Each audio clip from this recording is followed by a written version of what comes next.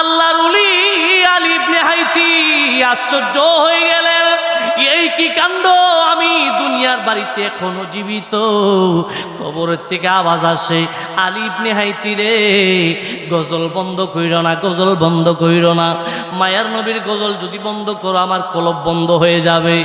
এ আল্লাহর ওলি আলী ইবনে হাইতি, নবীর প্রেমের গজল গাও। এবার আলী ইবনে হাইতি যেই মাত্র কবর থেকে আশ্চর্যজনক আওয়াজ শুনলেন, গাইবি আওয়াজ শোনার পরে আলী ইবনে হাইতি আবার প্রেমের গজল শুরু করলেন। ও মায়ার নবী গো, তুমি প্রেম শিখায়া কোথায় লুকাইলা, তুমি মায়া শিখায়া কোথায় লুকাইলা, বলেন মায়ার নবী গো, তুমি প্রেম শিখায়া কোথায় লুকাইলা, তুমি মায়া শিখায়া, প্রেম শিখায়া এই আদমের, প্রেম শিখায়া এই আদমের, কেনে পাগল করিলা গো, তুমি প্রেম শিখায়া কোথায় লুকাইলা, তুমি মায়া শিখায়া কোথায় লুকাইলা। আল্লামা আবুল কাসেম লালকাই আলাইহি রহমা উনি বলেন, ব্যক্তিটার নাম হলো মোহাম্মদ বিন নসর সায়েক, ব্যক্তিটার নাম হলো নসর সায়েক। তার একটা ছেলে ছিল, ছেলের নাম হলো মোহাম্মদ। নাম কি? জোরে বলেন, নাম কি? মোহাম্মদ। ওই মোহাম্মদের কাছে একদিন বাবা বলতেছে, বাবারি তুমি তো জানো আমার ছেলে, তুমি এই পৃথিবীতে আমার কেউ নাই, তুমি আছো, তোমার কাছে ঘটনাটা বলতে হই।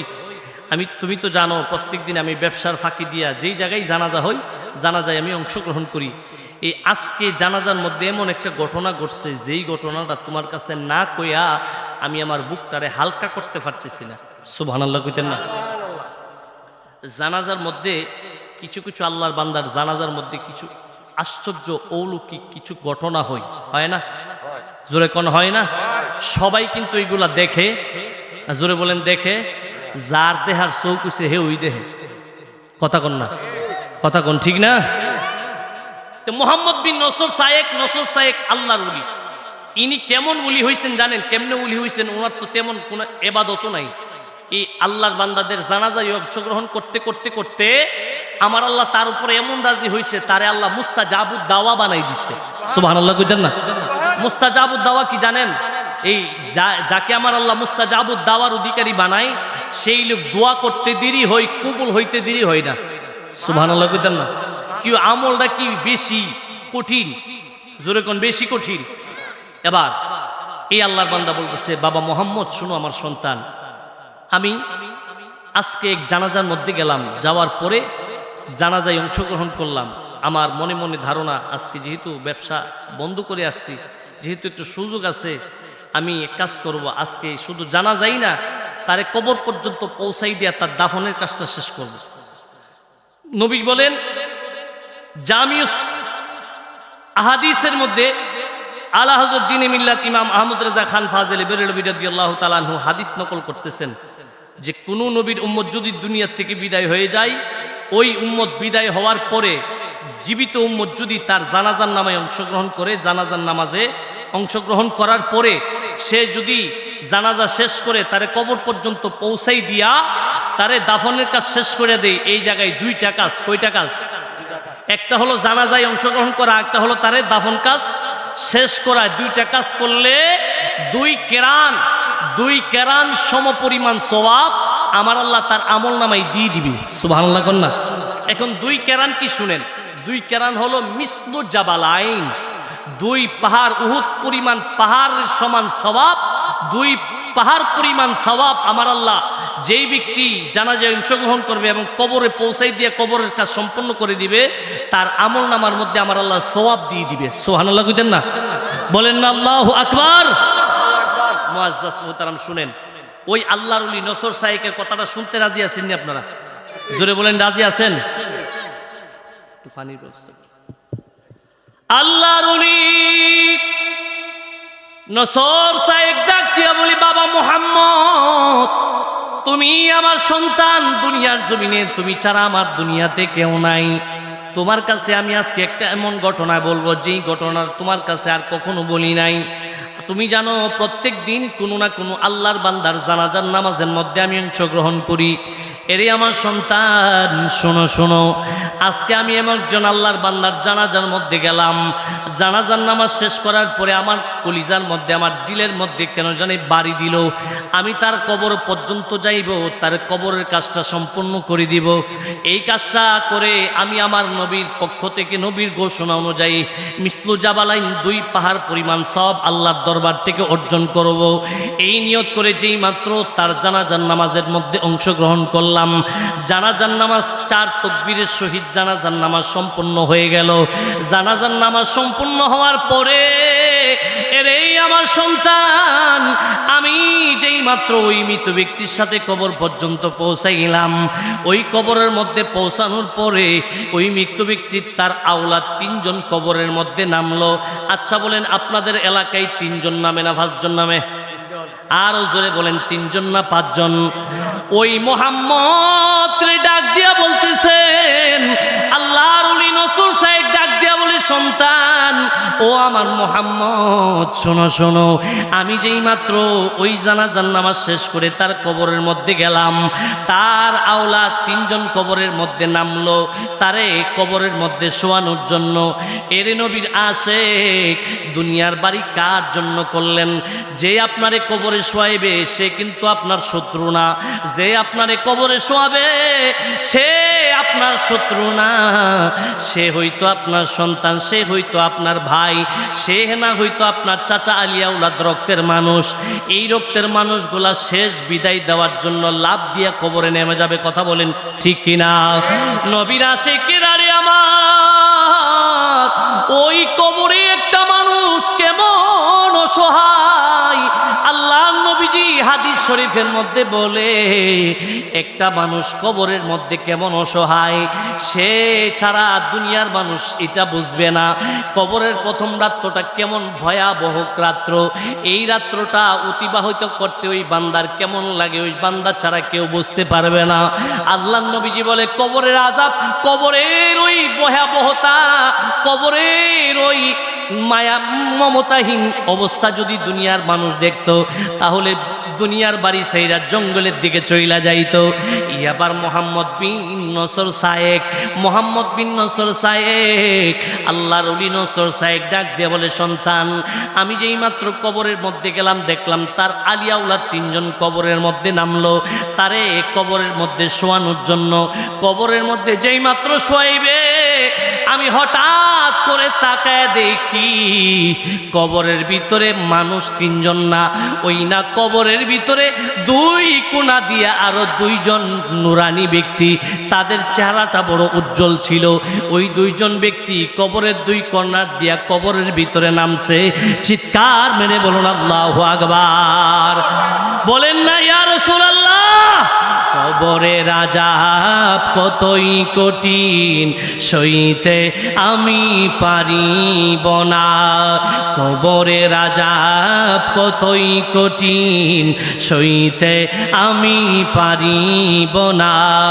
ওগো দয়াময় হে রহিম, ওগো দয়াময় হে রহিম, চাই যে শুধু তোমার করুণা, মিত্র যন্ত্রণা কতই কঠিন সইতে আমি পারিব না, কবরের আযাব কতই কঠিন সইতে আমি পারিব না। একটা জবান বন্ধ রাখবেন না, চিৎকার মেরে বলুন আল্লাহু আকবার। আল্লাহর ওলি মোহাম্মদ বিন নসর সায়েক, আল্লাহর ওলি নসর সায়েক ডাক দিয়া বলে, রে সন্তান আমি যেই মাত্র দেখলাম 5 জন কবরের মধ্যে নেমে গেল। আচ্ছা কোন আপনাদের এলাকায় 5 জন না 3 জন? আরো জোরে বলেন, 5 জন না 3 জন? আল্লাহর ওলি নসর সাহেব ডাক দিয়ে বলে, সন্তান রে, আমি যেই মাত্র দেখলাম কবরের ভিতরে 5 জন নেমে গেল। ওই কবরের ভিতরে বাঁশ দিতে শুরু করলো, একজনের পর একজন বাঁশ সারি সারি করে দিতে শুরু করলো। এই কবর থেকে বাঁশ দিয়ে দিয়ে তার আলিয়া আউলাদের একজন একজন করে কবর থেকে উঠতে শুরু করলেন। আমি দেখতেছি রে আমার সন্তান, ওই কবর থেকে মৃত ব্যক্তির আউলাদেরা লাভ দিয়া দিয়া ওই না বাঁশের ইয়ার মধ্যে ধরে, বাঁশের মধ্যে ভর করে লাভ দিয়ে উপরে উঠে যাইতেছে। আমি হঠাৎ করে চিন্তা করলাম, কবরের ভিতরে তো আরো 2 জন আছে, 3 জন উঠে গেল, বাকি 2 জন কি কবরের থেকে উঠবে না? এই চিন্তা করে আমি মনে মনে চিন্তা করতেছি, এরা মনে হয় শেষে উঠবে। এই চিন্তা করে আমি দেখতেছি ঘটনা আমার চোখের সামনে চলতেছে। হঠাৎ করে তাকায় দেখি রে সন্তান, ওই কবরের 2 জন ব্যক্তি থেকে একজন ব্যক্তি কবরের কোনা দিয়া লাভ দিয়ে উপরে উঠা গেছে। হঠাৎ করে তাকায় দেখি ওই না কবরের উপরে সারি সারি করে ভাঁজ দেওয়া শেষ হয়ে গেছে। কবরের উপরে সামানা দিতেছে, কবরের উপরে কাইতান দিতেছে, ওই কবরের উপরে মাটি দেওয়া শুরু করলো। আমি মোহাম্মদ বিন নসর সাহেব ডাক দিয়া বললাম, ও মৃত ব্যক্তির আউলাদের, আরে তোমাদের এলাকার মধ্যে কি এই রকম নিয়ম আছে যে তোমাদের এলাকার মধ্যে মৃত ব্যক্তির সাথে জীবিতরও তোমরা কবর দাও? এই কথা যেই মাত্র বললাম, ওই মৃত ব্যক্তির আওলাদ ডাক দিয়া বলে, আপনার কি মাথা নষ্ট হয়ে গেছে? আমরা যারা কবরের ভিতরে নামছিলাম আমরা তো সকলে কবর থেকে উঠে গেছি। মোহাম্মদ বিন নসর সাহেব ডাক দিয়া বলে, রে মৃত ব্যক্তির আওলাদেরা, তোমরা শুধু কবরের মধ্যে ছিলা না, এই কবরের ভিতরে আরো 2 জন ছিল। একজন লাভ দিয়া কবরের থেকে উঠে গেছে, আরেকজন এখনো কবরের ভিতরে আছে। সুবহানাল্লাহ কইতেন না? বলেন না আল্লাহু আকবার। আমার সন্তান রে, আমি যেই মাত্র মৃত ব্যক্তির আওলাদের কাছে কথা বললাম, মৃত ব্যক্তির আওলাদেরা বলে, মোহাম্মদ বিন নসর সাহেব পাগলামি করতে করতে এখন পুরা পাগল হয়ে সারছে। আমরা এতগুলা মানুষ কেউ দেখলাম না কবরের ভিতরে 5 জন নামছে, সে নাকি দেখছে কবরের ভিতরে 5 জন নামছে, আর 4 জন উঠে গেছে, কবরের ভিতরে নাকি একজন এখনো বিদ্যমান আছে। তোমার মনে হয় মাথার মধ্যে মস্তিষ্কই সমস্যা হয়ে গেছে, তোমার মনে হয় প্রেশারটা হাই হয়ে গেছে, এই জায়গা থেকে চলে যাও। তুমি মৃত ব্যক্তির চেহারা দেখার দরকার নাই, মৃত ব্যক্তি দেখা তোমার প্রেশার বেড়ে গেছে। এই কথা যেই মাত্র সন্তান আমার সামনে বলল, আমি মনে মনে চিন্তা করলাম, দুনিয়ার মানুষ যে যাই বলুক, আমি আমার চক্ষুরে তো মিথ্যা বানাইতে পারি না। আমি আমার নিজের চক্ষে যা দেখছি তা তো মিথ্যা হইতে পারে না। আমি এই চিন্তা করে আমি চুপ করে বসে রইলাম। এই চিন্তা করে চুপ করে বসে আল্লাহর দরবারে আমি মাগফিরাত করতে শুরু করলাম। মালিকের এই জায়গার মধ্যে কেউ 5 জন দেখলো না, আমি দেখলাম 5 জন। আমার মধ্যে কি খেলা তুমি শুরু করলা? আমি একটু এই কবরের অবস্থা জানতে চাই। এই কথা বলে যেই মাত্র মোহাম্মদ বিন নসর সাহেব কবরের সামনে যেই মাত্র মুরাকাবার হালতে বসলেন, কাশফুল কবরের মুরাকাবার হালতে বসলেন, মোহাম্মদ বিন নসর সাহেব ডাক দিয়া বলে, রে আমার সন্তান মোহাম্মদ, আমি যেই মাত্র মুরাকাবার হালতের মধ্যে বসলাম, মৃত ব্যক্তির একজন আওলাদও কবরের আশেপাশে নাই। আমি যেই মাত্র কাশফুল কবরের মুরাকাবার মধ্যে বসিয়া আল্লাহর দরবারে কালেকশন লাগাইলাম, ইজা সাআলতা ফাসআলিল্লাহ, আল্লাহর সাথে কালেকশন লাগাইলাম। কালেকশন লাগানোর পরে আমি আল্লাহরে ডাক দিলাম, রে মালিক, আমার চোখের সামনে দেখলাম এই কবরের ভিতরে এখনো একজন জীবিত মানুষ আছে। এই কবরের ভিতরে জীবিত মানুষটা কে? তুমি আমার একটু দেখাও। আমি তোমার কাছে দোয়া করি রে মালিক, এইটা না দেখে আজকে কবরের সামনে থেকে যাব না। মোহাম্মদ বিন নসর সাহেব জানাজা পড়তে পড়তে এবং জানাজার মধ্যে অংশগ্রহণ করতে করতে এমন তকবার আল্লাহর ওলি হইছেন, এমন তকবার আল্লাহর ওলি হইছেন, আমার আল্লাহ তারে মুস্তাজাবুদ দাওয়ার ওলি বানাইছেন। ওই ব্যক্তি যেই মাত্র আল্লাহর দরবারে দোয়া করলেন, আমার আল্লাহ সাথে সাথে আমার আল্লাহ দোয়া কবুল করলেন। মোহাম্মদ বিন নসর সাহেব ডাক দিয়া বলে, সন্তান, আমি যেই মাত্র আল্লাহর দরবারে দোয়া করলাম। দোয়া করার সাথে সাথে হঠাৎ করে তাকায় দেখি রে সন্তান, ফাখারাজা, ওই কবর থেকে একজন ব্যক্তি, এই কবরটা মধ্য দিয়া ফেটে গেল। এই কবর থেকে একজন নুরানি চেহারার ব্যক্তি ওই কবর থেকে লাফ দিয়া আমার সামনে দিয়া হাঁটতে শুরু করছে। চিৎকার মেরে বলুন আল্লাহু আকবার। বলেন না ইয়া রাসূলুল্লাহ। আবার নসর সাহেব ডাক দিয়ে বলে, সন্তান রে, আমি যেই মাত্র দেখলাম লোকটা লাফ দিয়া কবর থেকে উঠে গেছে, কবরের মাটি ছাটি উপরের দিকে উঠে গেছে, এই ব্যক্তিটা কবর থেকে লাফ দিয়ে উঠে গেছে আমার চোখের সামনে। আমার আল্লাহ হাকিকত দেখানোর জন্য মনে হয় এই ঘটনা ঘটাইছে।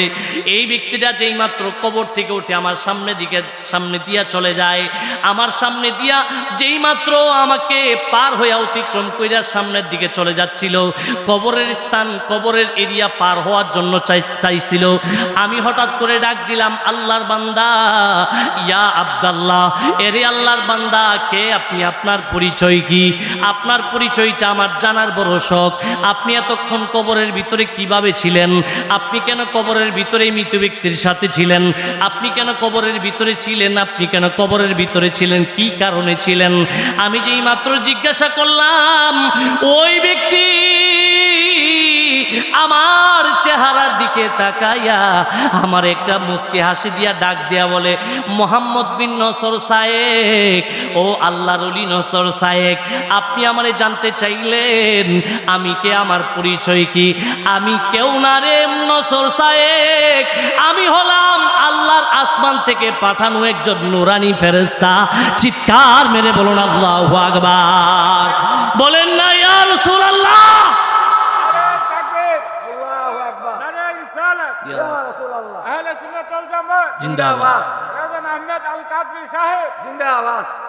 ইয়াবার মোহাম্মদ বিন নসর সায়েক যেই মাত্র এই কথা শুনলেন, আমার আল্লাহর দরবারে সেজদায় পড়ে গেলেন, মালিক, এই কবরের ভিতরে তাহলে কি বাকি দুইজন ফেরেশতা ছিল? কেন তাদেরকে পাঠাইলা কবরের ভিতরে? আমি একটু জানতে চাই, কেন তুমি তাদেরকে কবরের ভিতরে পাঠাইলে একটু জানতে চাই। এই কথা যেই মাত্র আমার আল্লাহর দরবারে আরজ করলেন নসর সায়েক, আল্লাহর ওলি যেই মাত্র আল্লাহর দরবারে দরখাস্ত করলেন, আমার আল্লাহ ডাক দেয়া বলে, নসর সায়েক রে, ও নসর সায়েক, যেই ব্যক্তিটা দুনিয়ার থেকে বিদায় হয়ে গেছে, এই ব্যক্তিটা আহলে সুন্নাত ওয়াল জামাতের অনুসারী ছিল। ওয়া মাম্মা তাআলা সুন্নাতে ওয়াল জামাতে, জীবনটারে সে পরিচালনা করেছে আহলে সুন্নাত ওয়াল জামাতের পথে, নবীর কথা মতো চলছে, আমি আল্লাহর কথা মতো চলেছে। এই ব্যক্তিটা দুনিয়ার মায়া ছাইরা দিয়া আজকে সকলের কাছ থেকে বিদায় নিয়ে এতিম হইয়া কবরের ভিতরে ঢুকতেছে। এই এতিম ব্যক্তিটারে তো আমি আল্লাহর কথা সারা জীবন যে মেনেছে, আমি আল্লাহ তো তারে একা ছাইরা দিতে পারি নাই। এই এতিম মানুষটারে তো আমি আল্লাহ একা ছাইরা দিতে পারি নাই। আমি আল্লাহ তো তারে লাওয়ারিস ছাইরা দিতে পারি না। আমি আল্লাহ তার কবরের ভিতরে রে, ও নসর সায়েক, আমি আল্লাহ দুনিয়ার জমিনের আওলাদরা যখন তারে কবরে দিয়া, কবরে শোয়া লাভ দিয়া উপরে উঠে গেছে, আমি আল্লাহ তার কবরের ভিতরে দুইজন ব্যক্তিরে ঢুকাই দিছি, দুইজন নুরানি ফেরেশতারে ঢুকাই দিছি। তার আলী আওলাদ যেই মাত্র কবর থেকে লাভ দিয়ে উঠে গেছে, ওই ব্যক্তিটা যেই মাত্র দেখলো দুনিয়াতে তার কেউ নাই, ওই ব্যক্তিটা ডাক দিয়া বলে, মালিক, সারা জীবন কার জন্য এত কিছু করলাম, আজকে দিকেও আমার আপন নাই, আজকে দিকেও আমার আপন হইল না, আমার আলী আওলাদের মধ্যে কেউ আমার আপন হইল না, আল্লাহ রাসূল ছাড়া আমার আপন কেউ নাই। ও আল্লাহ, আজকে আমি কবরের ভিতরে একা। এই কথা বলে যেই মাত্র চিৎকার মারলো, আমি আল্লাহ আমার নবীর প্রেমিককে তো একা কবরে ছাড়তে পারি না, এই জন্য আমি আল্লাহ দুইজন ফেরেশতারে কবরের ভিতরে, তার কবরের ভিতরে ঢুকাই দিলাম।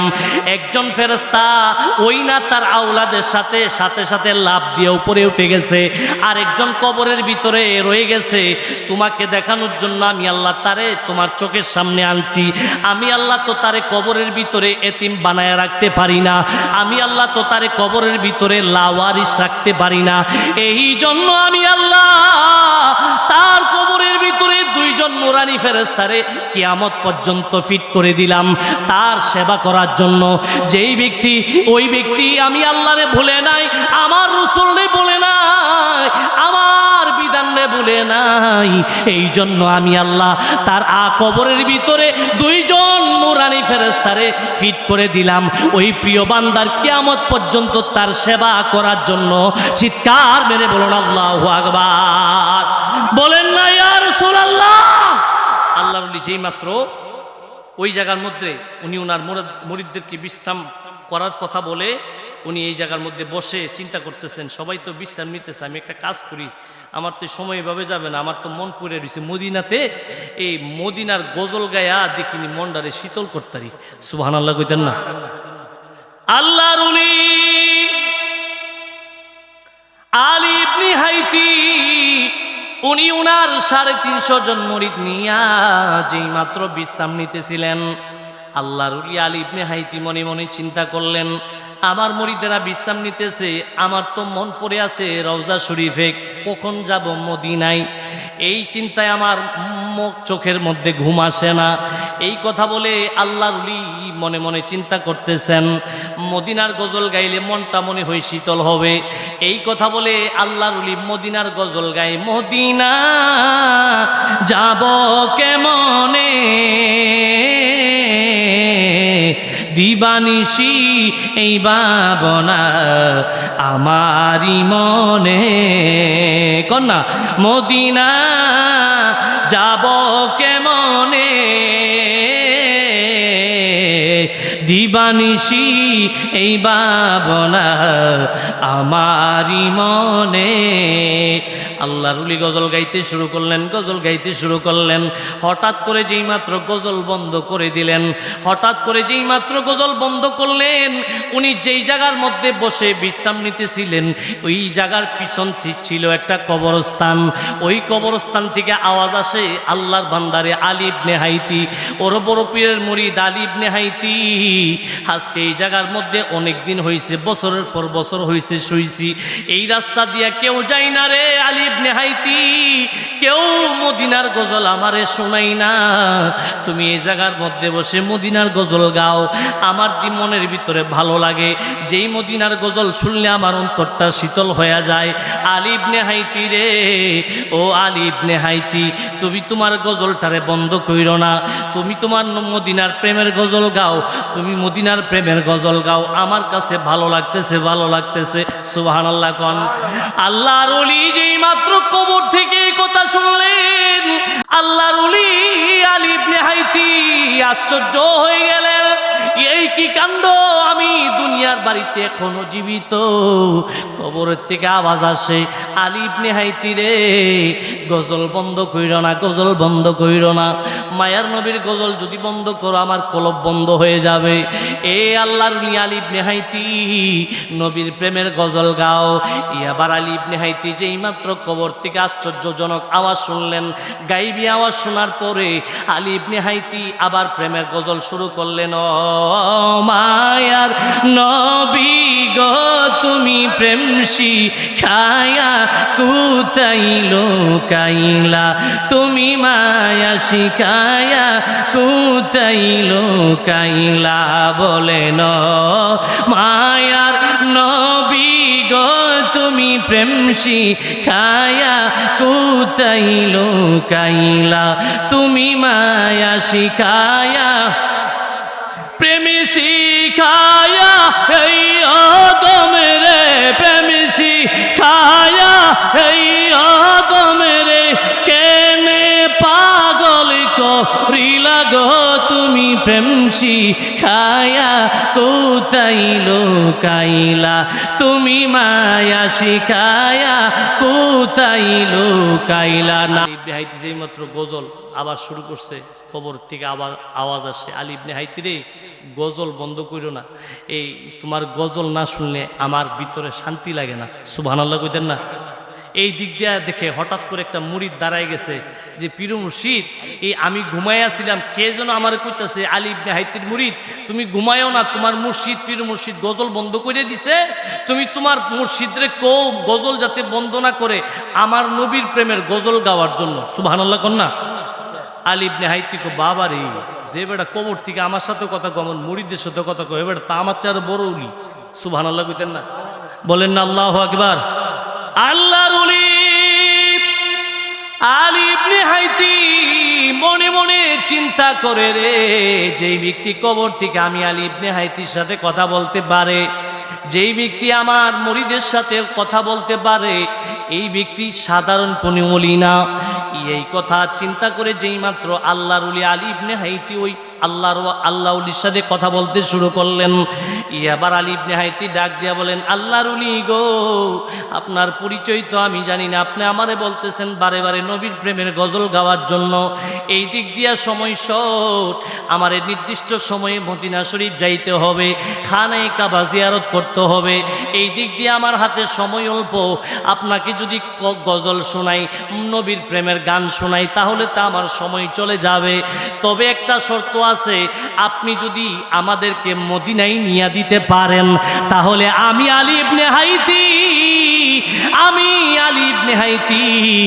আপনারে আরো মদিনার প্রেমের গজল শোনাবো। চিৎকার মেরে বলুন আল্লাহু আকবার। নবীর আশিকেরা রে আমার, আল্লাহর ওলি আলী ইবনে হাইতি বলি, এ দুনিয়ার মানুষ শোনো রে, কেন আমি আলী ইবনে হাইতি ওই আল্লাহর ওলির শর্ত দিলাম? আমি মনে মনে চিন্তা করলাম, যেই ব্যক্তি আমার সাথে কথা বলতে পারে, আবার মুরিদরেও ঘুম থেকে উঠায় আমার বলাইতে পারে, ওই ব্যক্তি আমরা রে মদিনাও নিতে পারে। সুবহানাল্লাহ কন্যা।